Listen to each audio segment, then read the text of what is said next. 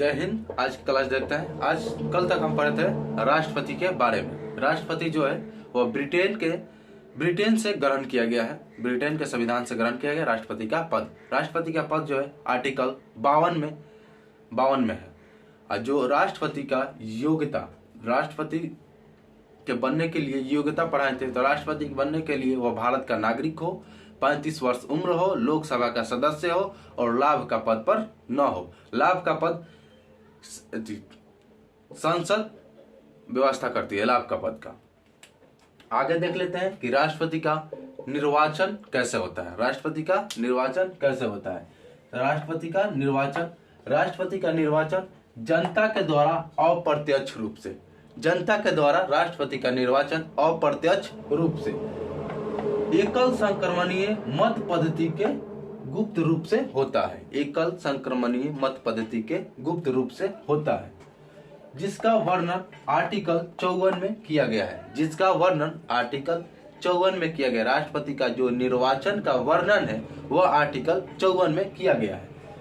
राष्ट्रपति के निर्वाचन निम्नलिखित जनता शामिल होते हैं। निम्नलिखित जनता शामिल होते हैं राष्ट्रपति के निर्वाचन में। लोकसभा का सदस्य शामिल होते हैं राष्ट्रपति के निर्वाचन में। लोकसभा का सदस्य शामिल होते हैं।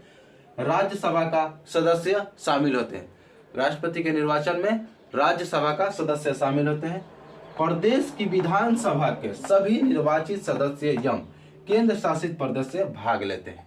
मानी कि राज्य के विधानसभा विधायक लोग, राज्यसभा के विधायक जो हैं हमारे यहाँ के, वह शामिल होते हैं राष्ट्रपति के निर्वाचन में, भाग लेते हैं और केंद्र शासित प्रदेश भाग लेते हैं। इसको आप लिख लीजिए।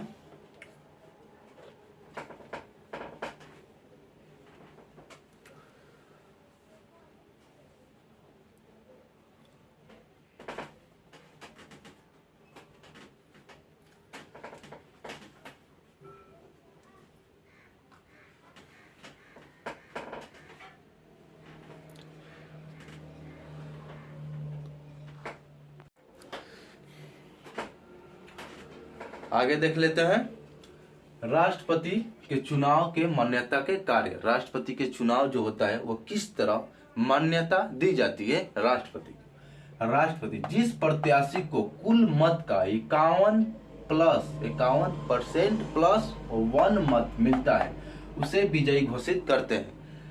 51 मान लीजिए 100%, तो उसमें से 51% जिसको मिलता है प्लस में 1 मिलता है उसको विजयी घोषित करते हैं। राष्ट्रपति उसको ही घोषित करते हैं।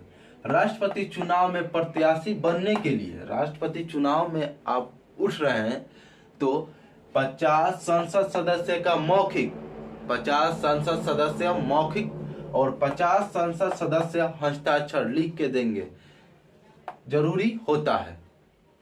आप राष्ट्रपति के पद से उठ रहे हैं तो संसद सदस्य में से 50 मौखिक आपके तरफ से हो और 50 हस्ताक्षर करके दे। 100 संसद सदस्य शामिल होते हैं तब राष्ट्रपति उठते हैं, तब राष्ट्रपति पद पर आप उठ सकते हैं।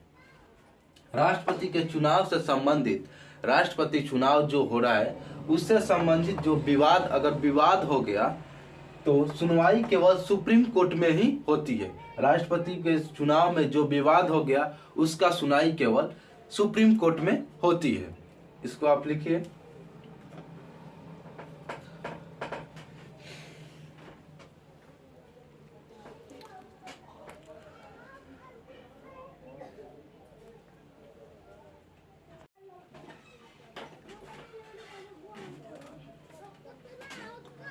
आगे देख लेते हैं राष्ट्रपति। यदि राष्ट्रपति के चुनाव के बाद, जो राष्ट्रपति के चुनाव के बाद सुप्रीम कोर्ट चुनाव को अवैध घोषित कर दे, राष्ट्रपति के चुनाव जो हो रहा है उसका सुनवाई मान लीजिए सुप्रीम कोर्ट कर रहा है, तो उस चुनाव को सुप्रीम कोर्ट ने अवैध घोषित कर दिया कि ये गलत है, तब भी राष्ट्रपति के द्वारा किए गए कार्य, जो राष्ट्रपति कार्य किए हैं वह समाप्त नहीं होगा। अब क्यों नहीं होगा यह जान लेते हैं। जो भी कार्य होता है वह संसद से पारित होता है, उसके बाद ही राष्ट्रपति के बाद जाता है।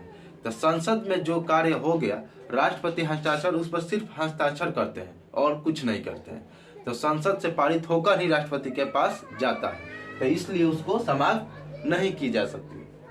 तो राष्ट्रपति, यदि राष्ट्रपति चुनाव के बाद सुप्रीम कोर्ट चुनाव को अवैध घोषित कर दे, तब भी राष्ट्रपति के द्वारा किए गए कार्य समाप्त नहीं होंगे। राष्ट्रपति को शपथ कौन दिलाता है, यह देखते हैं। राष्ट्रपति के द्वारा सुप्रीम कोर्ट के मुख्य न्यायाधीश, राष्ट्रपति को सुप्रीम कोर्ट के मुख्य न्यायाधीश या न तो कोई वरिष्ठ न्यायाधीश, नहीं तो राष्ट्रपति मान ली सुप्रीम कोर्ट में मुख्य न्यायाधीश शपथ दिलाएंगे, और सुप्रीम कोर्ट के मुख्य न्यायाधीश नहीं है तो उसमें कोई वरिष्ठ न्यायाधीश शपथ दिलाते हैं, शपथ दिलाया जाता है। इसको आप लिख लीजिए।